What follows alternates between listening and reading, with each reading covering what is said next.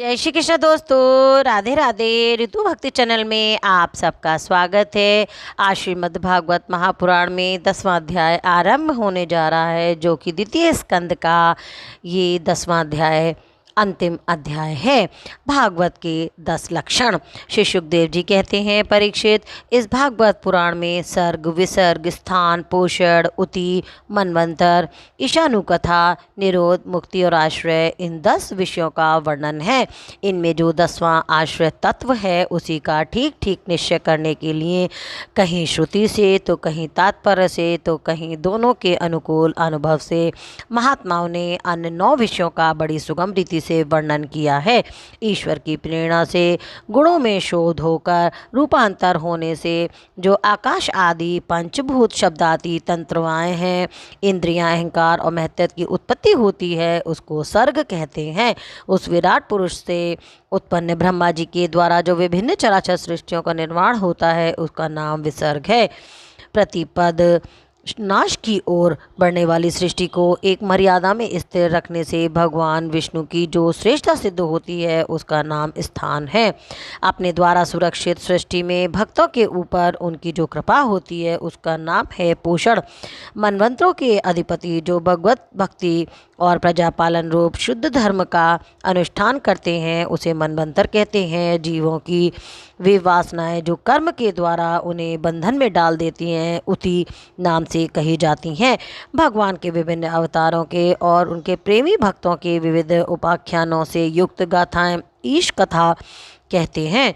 जब भगवान योग निद्रा स्वीकार करके शयन करते हैं, तब इस जीव का अपनी उपाधियों के साथ उसमें लीन हो जाना विद निरोध है। अज्ञान कल्पित कर्तव्य, भोगतृत्व आदि अनात्म भाव का परित्याग करके अपने वास्तविक स्वरूप परमात्मा में स्थित होना ही मुक्ति है।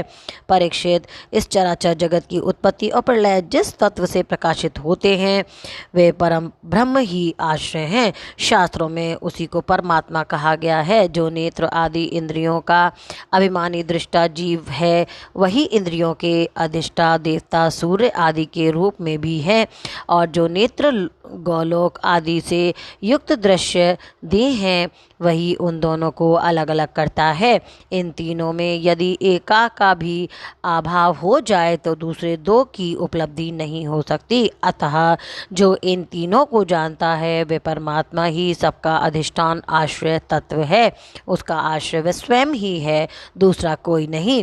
जब पूर्वोक्त विराट पुरुष ब्रह्मांड को फोड़ निकालकर जब वे अपने रहने का स्थान ढूंढने लगा और स्थान की इच्छा से उस शुद्ध संकल्प पुरुष ने अत्यंत पवित्र जल की सृष्टि की, विराट पुरुष रूप नर से उत्पन्न होने के कारण ही जल का नाम नार पड़ा, और उस अपने उत्पन्न किए हुए नार में वे पुरुष 1000 वर्षों तक रहा। इसी से उसका नाम नारायण हुआ। उन नारायण भगवान की कृपा से ही द्रव्य, कर्म, काल, स्वभाव और जीव आदि की सत्ता है। उनके उपेक्षा कर देने पर और किसी का अस्तित्व नहीं रहता। उन अद्वितीय भगवान नारायण ने योग निद्रा से जगकर अनेक होने की इच्छा की। तब उनकी माया से उन्होंने अखिल ब्रह्मांड के बीज स्वरूप अपने सुवर्णमय वीर को 3 भागों में विभक्त कर दिया, अधिदेव, आत्यात्म और अधिभूत। परीक्षित, विराट पुरुष का एक ही वीर 3 भागों में कैसे विभक्त हुआ, सो सुनो। विराट पुरुष के हिलने डुलने पर उनके शरीर में रहने वाले आकाश से इंद्रिय बल, मनोबल और शरीर बल की उत्पत्ति हुई। उनमें इन सबका राजा प्राण उत्पन्न हुआ। जैसे सेवक अपने स्वामी राजा के पीछे पीछे चलता है, वैसे ही सबके शरीरों में प्राण के प्रबल रहने पर ही सारी इंद्रियां प्रबल रहती हैं, और जब वे सुस्त पड़ जाते हैं तो सारी इंद्रियां भी सुस्त हो जाती हैं। जब प्राण जोर से आने जाने लगा, तब विराट पुरुष को भूख प्यास का अनुभव हुआ। खाने पीने की इच्छा करते ही सबसे पहले उनके शरीर में मुख प्रकट हुआ। मुख से तालु और तालु से रसेंद्रिय प्रकट हुई। इसके बाद अनेकों प्रकार के रस उत्पन्न हुए, जिन्हें रसना ग्रहण करती है। तब उनकी इच्छा बोलने की हुई, तो वाक इंद्रिय, उनके अधिष्ठा देवता अग्नि और उनका विषय बोलना, ये तीनों प्रकट हुए। इसके बाद बहुत दिनों तक उस जल में ही वे रुके रहे। श्वास के वेग से नासिका छिद्र प्रकट हो गए। जब उन्हें सूंघने की इच्छा हुई तब उनकी नाक घ्राणेंद्रियां आकर बैठ गईं और उसके देवता गंध को फैलाने वाले वायुदेव प्रकट हुए। पहले उनके शरीर में प्रकाश नहीं था, फिर जब उन्हें अपने को तथा दूसरी वस्तुओं को देखने की इच्छा हुई तब नेत्रों के छिद्र तक उनका अधिष्ठा सूर्य और नेतेंद्रियां प्रकट हो गईं। इन्हीं से रूप का ग्रहण होने लगा। जब वेद रूप ऋषि विराट पुरुष को स्थितियों के द्वारा जगाने लगे तब उन्हें सुनने की इच्छा हुई। उसी समय कान, उनकी अधिष्ठा देवता, दिशाएं और श्रोतेंद्रियां प्रकट हुईं। इससे शब्द सुनाई पड़ने लगा। तब उन्होंने वस्तुओं को कोमलता, कठिनता, हल्कापन, भारीपन, उष्णता और शीतलता आदि जानने चाहिए। तब उनके शरीर में चर्म प्रकट हुआ। पृथ्वी में जैसे वृक्ष निकल आते हैं उसी प्रकार उस चर्म में रोए पैदा हुए और भीतर बाहर रहने वाली वायु भी प्रकट हो गई। स्पर्श ग्रहण करने वाली त्वचा इंद्रियां भी साथ ही साथ शरीर में चारों ओर लिपट गईं और उसमें उनका स्पर्श का अनुभव होने लगा। जब उन्हें अनेकों प्रकार के कर्म करने की इच्छा हुई तब उनके हाथ उगाए। उन हाथों के ग्रहण करने की शक्ति हस्तेंद्रियां तथा उनके अधिदेवता इंद्र प्रकट हुए और दोनों के आश्रय से होने वाला ग्रहण रूप कर्म भी प्रकट हो गया। जब उन्हें अभीष्ट स्थान पर जाने की इच्छा हुई तब उनके शरीर में पैर उगाए। चरणों के साथ ही चरण इंद्रियां और अधिष्ठा रूप में वहाँ स्वयं यज्ञ रूप भगवान विष्णु स्थित हो गए और उन्हीं में चलना रूप कर्म प्रकट हुआ। मनुष्य इसी चरण इंद्रियों से चलकर यज्ञ सामग्री एकत्रित करते हैं। संतान, रति और स्वर्ग भोग की कामना होने पर विराट पुरुष के शरीर में लिंग उत्पत्ति हुई। उसमें उपेंद्र इंद्रिय और प्रजापति देवता तथा दोनों के आश्रय रहने वाले काम सुख का आविर्भाव हुआ। जब उन्हें मल त्याग की इच्छा हुई तब गुदा द्वार प्रकट हुआ। तत्पश्चात उसमें वायु, इंद्रिय और मित्र देवता उत्पन्न हुए। इन्हीं दोनों के द्वारा मल त्याग की प्रक्रिया संपन्न हुई। अपान मार्ग द्वारा एक शरीर से दूसरे शरीर में जाने की इच्छा होने पर नाभि द्वार प्रकट हुआ। उसमें अपान और मृत्यु देवता प्रकट हुए। इन दोनों के आश्रय से ही प्राण और अपान का बिछोह यानी मृत्यु होती है। जब विराट पुरुष को अन्य जल ग्रहण करने की इच्छा हुई तब कोक, आंतें और नाड़ियाँ उत्पन्न हुई। साथ ही कुक्षी देवता, समुद्र, नाड़ियों के देवता, नदियाँ एवं तुष्टि और पुष्टि ये दोनों अनेक आश्रित विषय उत्पन्न हुए। जब उन्होंने अपनी माया पर विचार करना चाहा तब हृदय की उत्पत्ति हुई। उसमें मन रूप इंद्रियां और मन से उनका देवता चंद्रमा तथा विषय, कामना और संकल्प प्रकट हुए। विराट पुरुष के शरीर में पृथ्वी, जल और तेज से 7 धातुएं प्रकट हुई। त्वचा, चर्म, मांस, रुधिर, मेद, मज्जा और अस्थि। इसी प्रकार आकाश, जल और वायु से प्राणों की उत्पत्ति हुई। श्रोत्र आदि सब इंद्रियां शब्द आदि विषयों को ग्रहण करने वाली वे विषय अहंकार से उत्पन्न हुए हैं।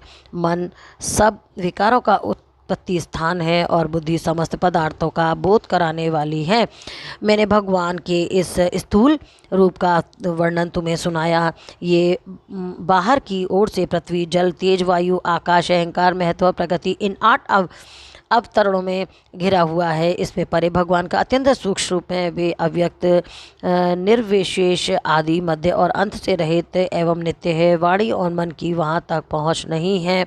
मैंने तुम्हें भगवान के स्थूल और सूक्ष्म, व्यक्त और अव्यक्त जिन 2 रूपों का वर्णन सुनाया है ये दोनों ही भगवान की माया के द्वारा रचित हैं। इसीलिए विद्वान पुरुष इन दोनों को ही स्वीकार नहीं करते। वास्तव में भगवान निष्क्रिय हैं। अपनी शक्ति से ही वे सक्रिय बनते हैं। फिर जो वे ब्रह्मा का या विराट रूप धारण करके वाच्य और वाचक शब्द और उसके अर्थ के रूप में प्रकट होते हैं और अनेकों नाम, रूप और क्रियाएं स्वीकार करते हैं। परीक्षित, प्रजापति, मनु देवता, ऋषि, पितर, सिद्ध, चारण, गंधर्व, विद्याधर, असुर, यक्ष, किन्नर, अप्सराएं, नाग, सर्प, किम पुरुष, उरग, मातृकाएं, राक्षस, पिशाच, प्रेत, भूत, विनायक, कूष्मांड, उन्माद, बेताल, यातुधान, ग्रह, पक्षी, ग्रह, पशु, वृक्ष, पर्वत, सरीसर्प इत्यादि जितने भी संसार में नाम रूप हैं सब भगवान के ही हैं। संसार में चर और अचर भेद से 2 प्रकार के तथा जरायुज, अंडज, स्वदेश और उद्दिज भेद से 4 प्रकार के जितने भी जलचर, थलचर और आकाश चारी प्रमाणी हैं सबके सब शुभ अशुभ मिश्रित कर्मों के तदनुरूप फल है। सत्व की प्रधानता से देवता, रजोगुण की प्रधान से मनुष्य, तमोगुण की प्रधान से नारकीय योनियाँ मिलती हैं। इन गुणों में भी जब एक गुण दूसरे गुणों से अभिभूत हो जाता है तब प्रत्येक गति के 3-3 भेद और हो जाते हैं। वे भगवान जगत के धारण पोषण के लिए धर्म में विष्णु रूप स्वीकार करके देवता, मनुष्य और पशु पक्षी आदि रूपों में अवतार लेते हैं तथा विश्व का पालन पोषण करते हैं। प्रलय का समय आने पर ही भगवान अपने बनाए हुए इस विश्व को काल अग्नि स्वरूप रुद्र का रूप ग्रहण करके अपने में वैसे ही लीन कर लेते हैं जैसे वायु मेघ माला को। परीक्षित महात्माओं ने अचिंतनीय ऐश्वर्य भगवान का इसी प्रकार वर्णन किया है, परंतु तत्वज्ञानी पुरुषों को केवल इस सृष्टि पालन और प्रलय करने वाले रूप में ही उनका दर्शन नहीं करना चाहिए, क्योंकि वे तो इससे परे हैं। सृष्टि की रचना आदि कर्मों का निरूपण करके पूर्ण परमात्मा से कर्म या कर्तापन का संबंध नहीं जोड़ा गया है। वह तो माया से आरोपित होने के कारण कर्तव्य का निषेध करने के लिए हैं।